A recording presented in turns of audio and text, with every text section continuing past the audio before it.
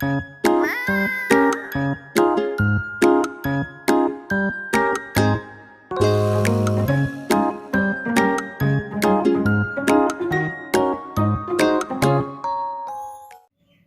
Friends, इस video में निकटतम मान के बारे में विस्तार से बताया गया है। यह टॉपिक बहुत ही महत्वपूर्ण टॉपिक है। इस टॉपिक से कॉम्पिटिटिव एग्ज़ाम में क्वेश्चन हमेशा पूछा जाता है।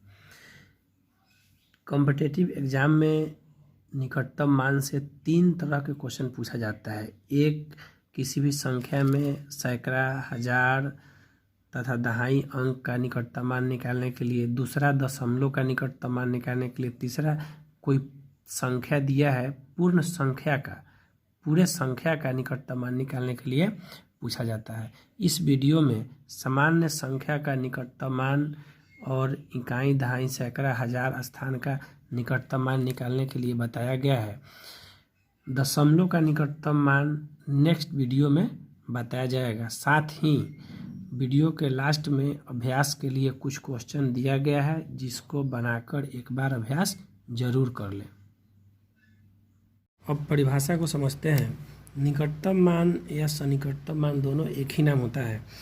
परिभाषा है, जब किसी संख्या का वास्तविक मान को न लिखकर उसके निकट आधार वाले संख्या के रूप में लिखते हैं या उसके नज़दीक के मान को लिखते हैं तो वह निकटतम मान कहलाता है। किसी संख्या का, अंक का नहीं, किसी संख्या का। जैसे एग्जाम्पल में यदि 84 दिया हुआ है, इसमें कोई दहाई अंक का निकटतम मान पूछे, दहाई अंक का निकटतम मान, तो दोस्तों दहाई अंक है 8 है, तो इसका निकटतम मान हो जाएगा 80। तो यहाँ पे कह रहा है कि किसी संख्या का वास्तविक मान न लिखे, तो संख्या तो है 84, तो इसका वास्तविक मान 84 हम नहीं लिख कर क्या लिखे हैं, 80 लिखे हैं। तो यह जो 80 संख्या आया निकटतम, यही निकटतम मान कहलाता है। जो नज़दीक का संख्या होता है वह निकटतम मान कहलाता है। अब यह कैसे आता है आगे हम देखते हैं। क्वेश्चन सीखने से पहले एक नोट से उसको हम जान लें। किसी भी संख्या में दहाई स्थान का, सैकड़ा का, हजार का, 10,000 का, लाख का, 10 लाख का, किसी भी स्थान का हम निकटतम मान निकाल सकते हैं, या कभी कभी पूरे संख्या का भी निकटतम मान निकालना हो तो भी निकाल सकते हैं। अब हम निकटतम मान निकालना सीखते हैं। उससे पहले कुछ इम्पोर्टेंट बात है, उसको हम जान लें। सबसे पहले, जब भी किसी संख्या में किसी भी अंक का या स्थान का, जैसे इकाई, दहाई, सैकड़ा, हजार करके किसी भी स्थान या अंक का निकटतम मान पूछता है, तो ठीक उस अंक के या उस स्थान के दाहिने वाले अंक को हम देखते हैं कि वह कितना है। यदि वह अंक 1 से 4 तक रहे तो उस अंक का स्थानीय मान निकाल देते हैं, वही निकटतम मान होता है। यदि 5, 6, 7, 8, 9 रहे, मतलब 4 से ज़्यादा हो, यानी 4 से ज़्यादा 5, 6, 7, 8, 9 कुछ भी हो, तो उस अंक में 1 जोड़कर बाकी को 0 में बदल देते हैं। क्वेश्चन पे समझते हैं। पहला क्वेश्चन है, दहाई का निकटतम मान ज्ञात करें। मतलब यह जो संख्या दिया हुआ है इसमें दहाई का केवल निकालना है। तो दोस्तों देख रहे हैं, दहाई का मतलब इकाई दहाई यानी 8 है। पहला संख्या 584 में 8 का निकटतम मान ज्ञात करना है। तो बताए हैं कि जिस अंक का पूछे उसके दाहिने, तो ठीक इसके दाहिने वाला अंक कौन सा है, 4 है। इसको हमको चेक करना है कि दाहिने वाला अंक कौन सा है, तो 4 है। तो 1, 2, 3, 4 यदि रहता है तो उस अंक का स्थानीय मान ज्ञात करते हैं। मतलब जब यह 4 तक आ रहा है, 1 हो, 2 हो, 3 हो, 4 कुछ भी हो, तो हम इस अंक का स्थानीय मान निकाल देंगे। तो इसका हो जाएगा स्थानीय मान 80, क्योंकि यह 8 है तो 8 इसके बाद वाला 0 हो जाएगा, स्थानीय मान का रूल है, और पहले से 5 था तो यह 5 हो गया। अब दूसरा क्वेश्चन है 325। इसमें भी दहाई ही कह रहा है, तो दहाई के जगह पर कितना है, 2 है। तो जब दहाई के जगह पे 2 है, लेकिन ठीक इसके बाद कितना है हमको, 5 है, तो कह रहा है कि 5 यदि रहता है या 6, 7, 8, 9 कुछ भी, तो उस अंक में 1 जोड़ देते हैं, बाकी 0। तो यहाँ पे 2 है, तो 2 को हम 1 जोड़ देंगे तो कितना हो जाएगा, 3, और बाद वाले के बदले में क्या हो जाएगा, 0। पहले से कितना है, 3, तो यह 330 हो गया।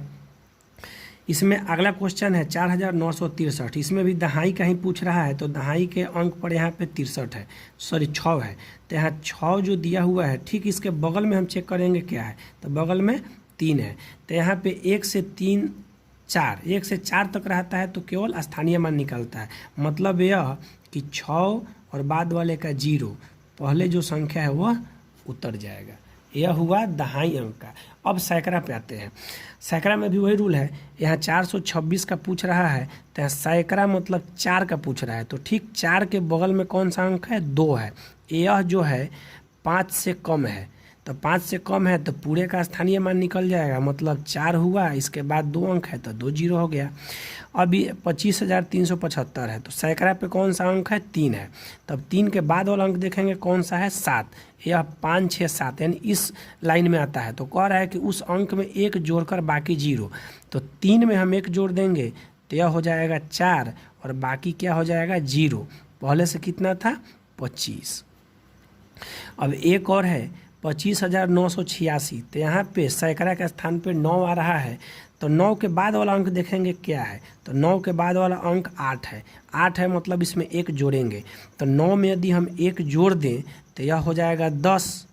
मतलब यह कि जब यह 10 हो जाएगा तो यह हो जाएगा 0। यदि हम यहाँ 1 ऐड करते हैं तो यह हो जाएगा 10 का 0, 5 1 6 और यह 2 का 2, और बाद बाकी को तो हमको 0 लिख ही देना है।